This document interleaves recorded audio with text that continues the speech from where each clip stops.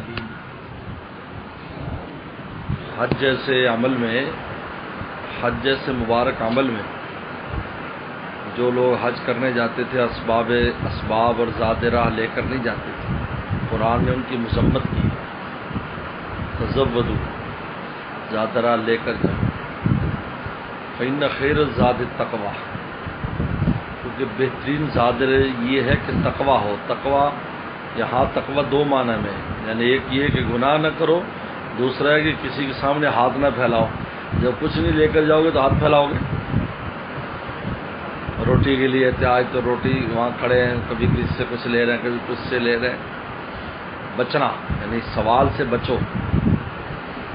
یہ عجیب بات ہے کہ انسان کے لیے سب سے بڑی ذلت سوال ہے۔ ہم اس کو معمولی سمجھتے ہیں، سوال کرنا یہ بڑی ذلت ہے۔ اس لیے ہمیں اس سوال سے بچانے کے لیے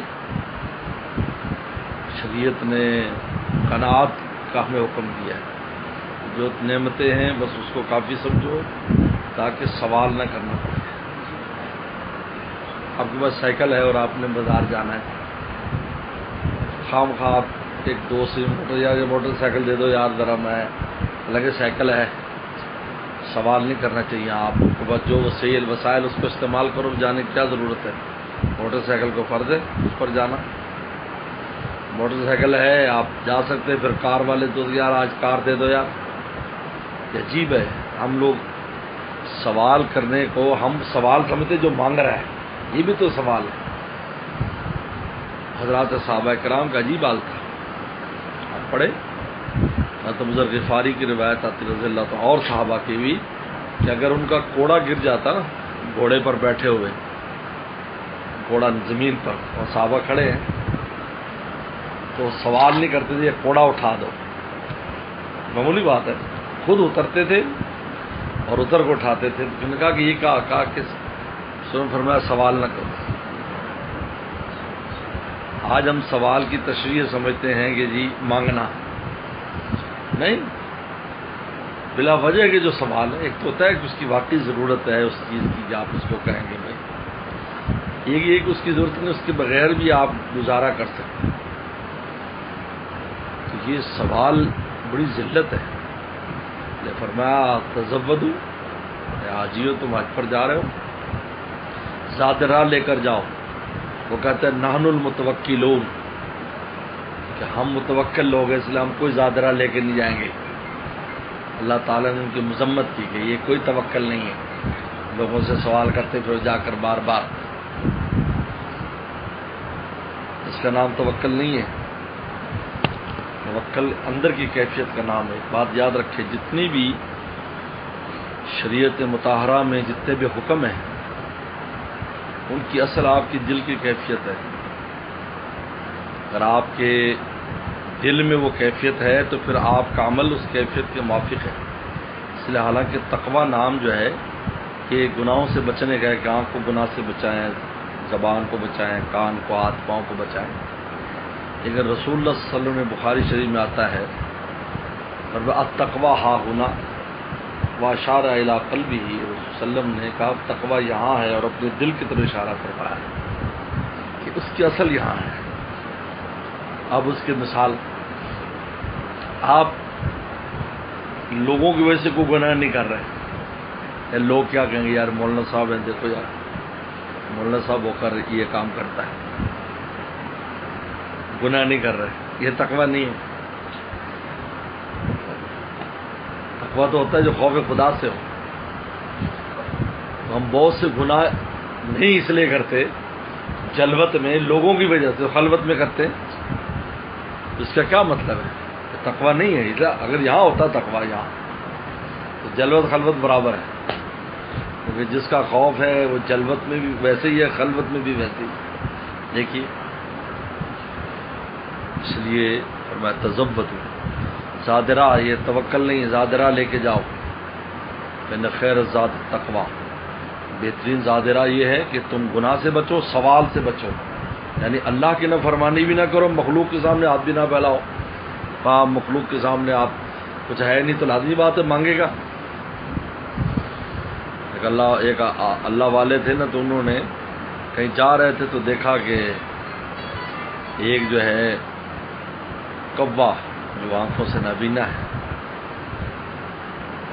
وہ ایک جھاڑی میں رہتا ہے. اس نے دیکھا شیر نے شکار کیا اور کھایا، اور پھر اس کو گھسیٹ کر اس جھاڑی کے پاس چھوڑ کر اس شکار کو چلا گیا جو باقی بچا. تو کوا اندھا نکلا اور وہ چونچے مار مار کے کھانے لگا. اس کے دل میں خیال آیا اس بزرگ کے، یار اللہ تعالیٰ تو ایسے بھی رزق دیتا ہے، میں رزق کے لیے پریشان رہتا ہوں، کچھ نہ کچھ کمانا پڑتا ہے، پھر باقی وقت عبادت میں لگاتا ہوں. تو بھئی یہ اللہ پر دیکھو یہ کیسے، یہ کوا کیسا متوکل ہے، اس کو شیر مقرر ہے اس کے لیے. وہیں کوئی جنگل میں کوئی مسجد تھی، وہاں کنارے پر، وہاں پر شروع ہو گیا اللہ اللہ کرنے، نماز روزہ. بس ایک دن گزر گیا، 2 دن، 3 دن گزر گئے، کوئی چیز آئی نہیں. اب کھڑے ہو گئے، نماز بھی نہیں پڑھی جا رہی بھوک کی وجہ سے. اب اشارے سے نماز شروع ہو گئی، اور دل میں خیال ہے اللہ کوے کو دے رہا ہے، مجھے نہیں دے رہا ہے، میں تو عبادت کر رہا ہوں. تو آواز آئی ہاتھ میں قیبی سے کہ شیر کیوں نہیں بنتا تو، اپنا شکار بھی کھا اور ایسے معذوروں کو کھلا. تو معذور تو نہیں ہے، معذور تو نہیں، تو معذور ہوتا تو تیرے لیے بھی الزام ہوتا. لیکن جب تیرے ہاتھ پاؤں سالم ہے. ابراہیم بن ادم رحمۃ اللہ علیہ بہت بڑے بزرگ اور اللہ والے گزرے. ادھر کر کے بیٹھو، پیچھے چھپ کے نہ بیٹھو، ادھر بیٹھو، کیوں چھپ رہا ہے، الطفا ہے. تو ابراہیم بن ادم رحمۃ اللہ علیہ، ان کے بارے میں آتا ہے کہ کھیتی باڑی کاٹنے کے بڑے ماہر تھے. یعنی گندم ہو گئی، چاول ہو گئے، یہ مکئی ہو گئی. تو حضرت جب سفر کرتے، اس میں حج کے سفر میں، تو جیسے گرمیوں کے جیسے ابھی گندم کی کٹائی تھی، تو اس انداز میں سفر کرتے کہ راستے میں جن ملکوں سے گزرتے تو وہاں پر خود نیشاپور میں ہوتے تھے، تو نیشاپور سے جاتے تھے. نیشاپور یہ افغانستان عراق کے اوپر اس علاقہ افغانستان کے، یہاں سے جاتے تو کھیتی کاٹتے لوگوں کی، اور اتنی یعنی ہمت سے کام کرتے کہ ایک ایک دن میں 4-4 5-5 ایکڑ کاٹ دیتے تھے. اور پھر ان سے کچھ پیسے ملتے ان کو، پھر پورا قافلہ ساتھ ہوتا، ان سب کی روٹی کا انتظام کرتے. ان میں صرف نوجوان جو ہوتے ان کو ساتھ لیتے کہ میں کاٹوں گا، باقی کام تم کرو. اللہ نے برکت بڑی دی تھی. یعنی اس طرح حضرت کا معاملہ تھا، اس طرح وقت گزارا. اس لیے تقدیر اور تدبیر یہ ساتھ ساتھ ہے، اس کو سمجھنا چاہیے. ہم جوش کے اندر تقدیر کو غالب کر کے تدبیر چھوڑ دیتے ہیں، اس کی اجازت نہیں قطعاً. اس لیے کہتے ہیں کہ اگر ایک مسلمان ڈاکٹر کسی کو پابندی لگا دے کہ فلاں کام آپ نے نہیں کرنا، اور پھر وہ چھوڑو ہی ڈاکٹر دے میں کر دینا، اور وہ اپنی جان کو نقصان پہنچاتا ہے، تو آخرت میں مسئول ہوگا کہ تم نے یہ کیوں کیا. جب ڈاکٹر منع کرتے، اس لیے ہمارے دادا پیر حضرت شاہ ابرالحق صاحب رحمۃ اللہ اکثر فرماتے تھے کہ ڈاکٹر کی اتباع واجب ہے. آپ سے کہتے ہیں فلاں چیز آپ مضر ہے، آپ نہیں کرنی، یہ کر. اب آپ نے سفر نہیں کرنا، آپ سفر کے اہل نہیں ہیں، تو بلا وجہ جوش نہ دکھائیں. آپ اپنا، کیونکہ ہمیں اپنے جسم کو نقصان پہنچانے کی بھی اجازت نہیں.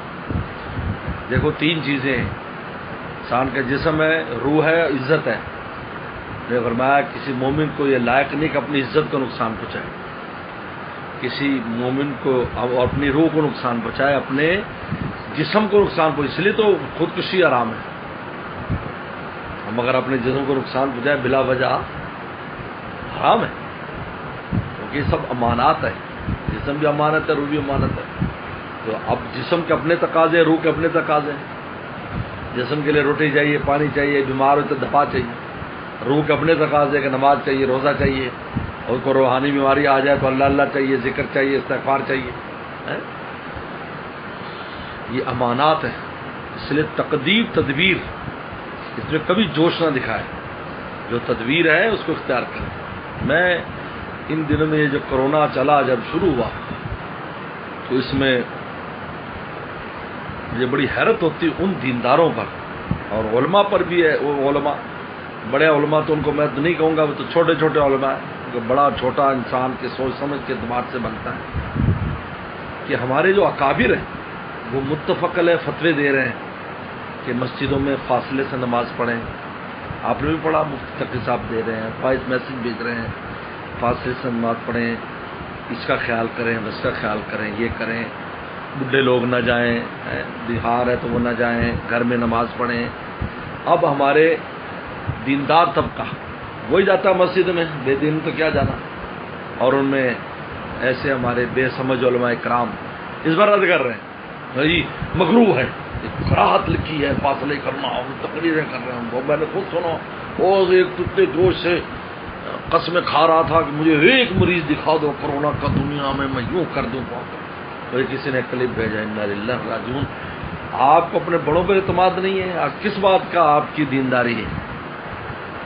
اس کا مطلب ہے کہ آپ کا امام آپ کا نفس ہے، اور نفس جس کا امام ہوتا ہے اس کا نیچے مقام ہوتا ہے. نفس کو لے کر چلتے وہ بڑوں کی دیکھو، وہ عمل کرو. وہ ہم سے زیادہ علم رکھتے ہیں، ہم سے زیادہ سوچ رکھتے ہیں، ہم سے زیادہ سمجھ رکھتے ہیں. تدبیر ہے، تقدیر کو تدبیر نہیں روک سکتی، لیکن تدبیر اختیار کرنے کا حکم ہے. لیکن تقادیر کی بھی دو قسمیں، ایک معلق ایک مبرم ہے. ایک وہ تقدیر ہے کہ جو تبدیل نہیں ہو سکتی، اور ایک وہ تقدیر ہے جو تدبیر پر معلق رہتی ہے کہ آپ نے کیا تدبیر اختیار کی. ایک اسٹوڈنٹ پڑھتا نہیں، کہتے جی تقدیر میں پاس ہونا تو ہو جائے گا، یہ اس کا سوچ غلط ہے. اللہ تعالی نے لکھ دیا اتنی محنت کرے گا تو ایسا رزلٹ، نہیں کرے گا تو ایسا رزلٹ، یہ تقدیر معلق ہے. ہاں موت کا مسئلہ ہے، آپ کی کتنی عمر ہے، تبدیلی نہیں ہوگی، اتنی ہی عمر ہے، اس میں آپ کو جانا ہی ہوگا، چاہے صحت مند ہے چاہے بیمار ہے. اگر بیمار ہو کر ہی مرنا ہوتا تو پھر تو ایکسیڈنٹ میں کو مرتا ہی نا. رزق روٹی ہے آپ کی جتنی بھی ہے وہ آپ کو مل کر رہے گی. شقی ہے سعید ہے پہلے سے فیصلے ہوئے ہوئے اصل. لیکن باقی معلقات ہیں، تقدیر معلق ہے کہ آپ جو تدبیر اختیار کریں گے اس کے مطابق فیصلہ فرما دیتے ہیں.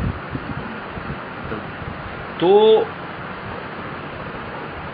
تقدیر جو تدبیر ٹھیک ہے. آپ کہتے ہیں نا کہ وہ حدود کو حضرت سلمان صلی اللہ علیہ وسلم نے پوچھا تھا کہ تو زمین میں پانی تو دیکھ لیتا ہے لیکن بچہ جو ہے وہ چھوٹا سا پھندا مٹی میں چھپاتا ہے اور وہ چونچ مار کے گردن پھنسوا لیتا ہے.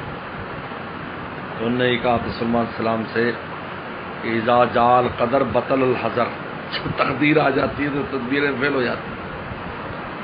لیکن ہم بندوں کو اسباب کو نہیں چھوڑنا، اسباب اختیار کریں لیکن دل کا معاملہ خدا کے ساتھ رکھے، وہ کرنے والے. ان اسباب سے کچھ نہیں ہوگا، کریں گے وہی. یہی ایمان ہے،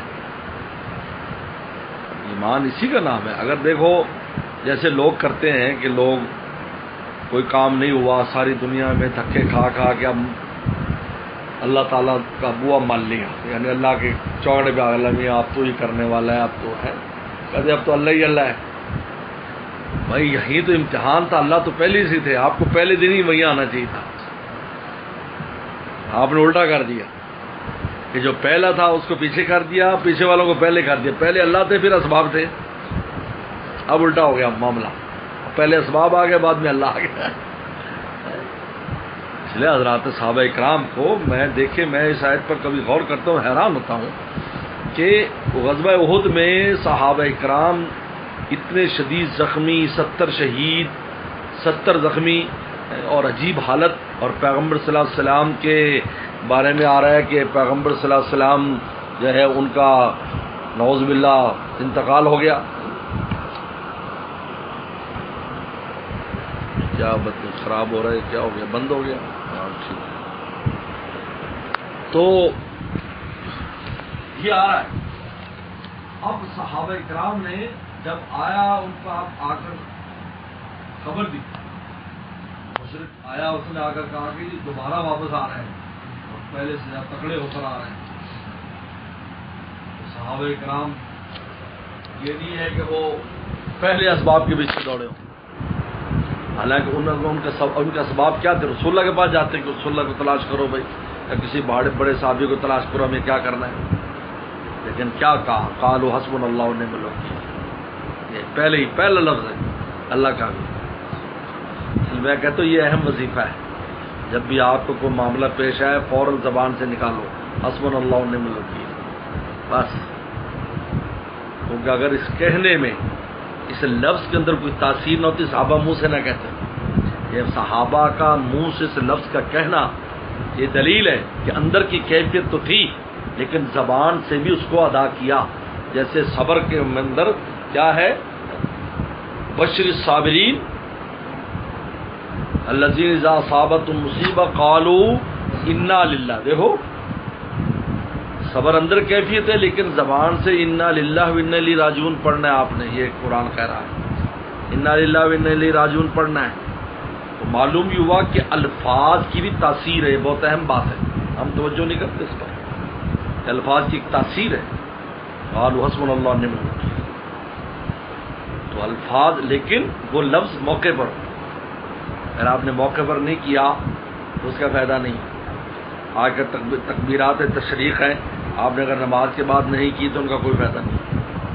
اگر آپ نے نماز کے بعد کی تکبیر تشریق تو تب اس کا فائدہ ہے، واجب بھی ادا ہو اور اجر و ثواب بھی ملا۔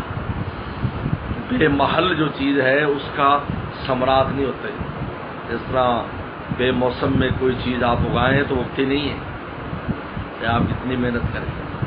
اس لیے تقدیر، تدبیر، توکل اور اسباب، یہ اس کو سمجھنا چاہیے، اس کو یہ حد اعتدال ہے، بس اس پر چلنا چاہیے۔ اللہ عمل کی توفیق عطا فرمائے۔